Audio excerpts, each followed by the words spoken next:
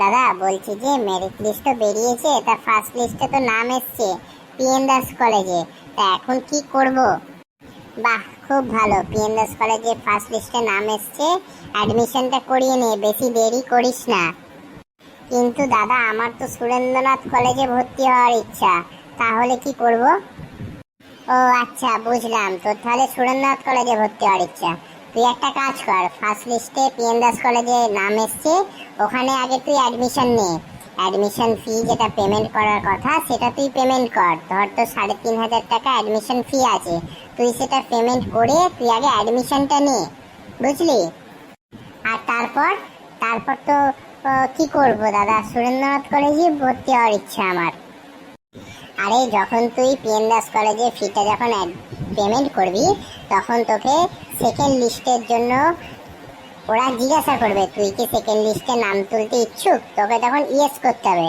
আর তুই যদি নো করিস তাহলে তুই পিএন দাস কলেজে ফাইনাল অ্যাডমিট হয়ে গেলি। আর যদি তুই ইয়েস করিস তাহলে তোর নামটা সেকেন্ড লিস্টের জন্য রাখা হবে। এবার ধর তোর সেকেন্ড লিস্টে সুরেন্দ্রনাথ কলেজে নাম এলো, কিন্তু তুই পিএন দাস কলেজে 3,500 টাকা পেমেন্ট করে দিয়েছিস। এবার সুরেন্দ্রনাথ কলেজের ফি 6,000 টাকা। তখন তোকে কি করতে হবে, সুরেন্দ্রনাথ কলেজের যে পেমেন্ট আছে 2,500 টাকা, সেই 2,500 টাকাটা পেমেন্ট করতে হবে। তোকে আর আলাদা করে 6,000 টাকা পেমেন্ট করতে হবে না, বুঝলি? আর ধর কারোর ক্ষেত্রে উল্টোটা হলো, সুরেন্দ্রনাথ কলেজে আগে নাম এসছে, সে 6,000 টাকা দিয়ে অ্যাডমিট হয়ে গেল, কিন্তু পরেও বললো আমি পিএন দাস কলেজে ভর্তি হব। তাহলে পিএন দাস কলেজে তো 3,500 টাকা, তাহলে বাকি টাকাটা কি হবে? বাকি টাকাটা ফর্ম ফিল আপের সময় যখন যে অ্যাকাউন্ট নম্বরটা দিয়েছিলিস সেই অ্যাকাউন্টে বাকি টাকাটা ট্রান্সফার হয়ে যাবে, বুঝলি?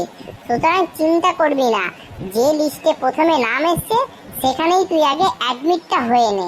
অ্যাডমিট হয়ে যাওয়ার পরে তারপরে তুই ভাবনা চিন্তা করবি। যদি তুই অ্যাডমিট না হোস তাহলে অনেক বড় প্রবলেম হবে। ও আচ্ছা, তাহলে বুঝলাম। তাহলে হচ্ছে মেরিট লিস্টে, ফার্স্ট মেরিট লিস্টে যে কলেজের নাম এসছে সেখানে অ্যাডমিশনটা আগে নিতে হবে, তাই তো? হ্যাঁ তাই, আগে নাম নিতে হবে, নামটা আগে এন্ট্রি করে অ্যাডমিশনটা নিয়ে তারপর তুই অপশন পাবি সেকেন্ড লিস্টটা চুজ করার জন্য। তুই কটা কলেজে ফর্ম ফিল আপ করেছিস? দাদা আমি 3টে কলেজে করেছি, পিএন দাস, সুরেন্দ্রনাথ আর আরবিসি কলেজ। তাহলে তোর পিএন দাস কলেজের নাম এসে, তাহলে এখনো তোর 2টো কলেজ বাকি আছে। তুই পিএন দাস কলেজটা অ্যাডমিশন হয়ে যাওয়ার পরে তুই অপশন পাবি ওখানে সেকেন্ড লিস্টে নাম ট্রান্সফার করার জন্য, বুঝলি? তাহলে যদি সুরেন্দ্রনাথ কলেজের নাম উঠে যায় তাহলে সেখানে ভর্তি হয়ে যাবি, তাতে কোনো অসুবিধা নেই, বুঝলি? আচ্ছা আচ্ছা দাদা, বুঝলাম বুঝলাম। ঠিক আছে দাদা, ঠিক আছে, তাহলে তাই করছি দাদা। হ্যাঁ তাই করো। আর আপনারা শুনুন, ভালো করে বুঝে নিন, যদি অ্যাডমিশনে কোনো প্রবলেম হয় তাহলে আমাদেরকে ফোন করুন 7890823482। প্রথম লিস্টে যে কলেজে যাদের নাম এসছে তারা সেই কলেজে অ্যাডমিশন নিয়ে নাও। যদি অ্যাডমিশন না নাও পরে প্রবলেম হতে পারে। অ্যাডমিশন নিয়ে নেওয়ার পরে তোমাদের যদি সেকেন্ড লিস্টে নাম নিতে ইচ্ছুক, তুলতে ইচ্ছুক, তাহলে তুমি সেই লিস্টের জন্য নাম তোলার জন্য ইয়েস অপশানটাকে সিলেক্ট করবে, বুঝলে?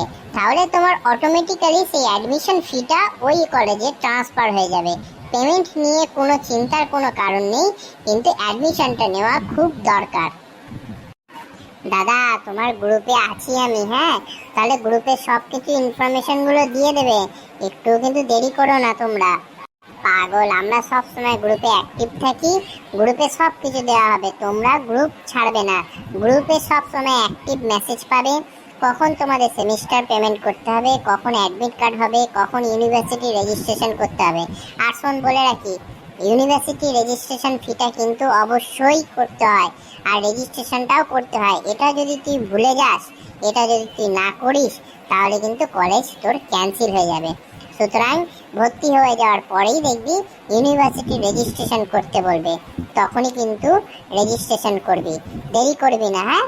Best of luck, best of luck for your future, and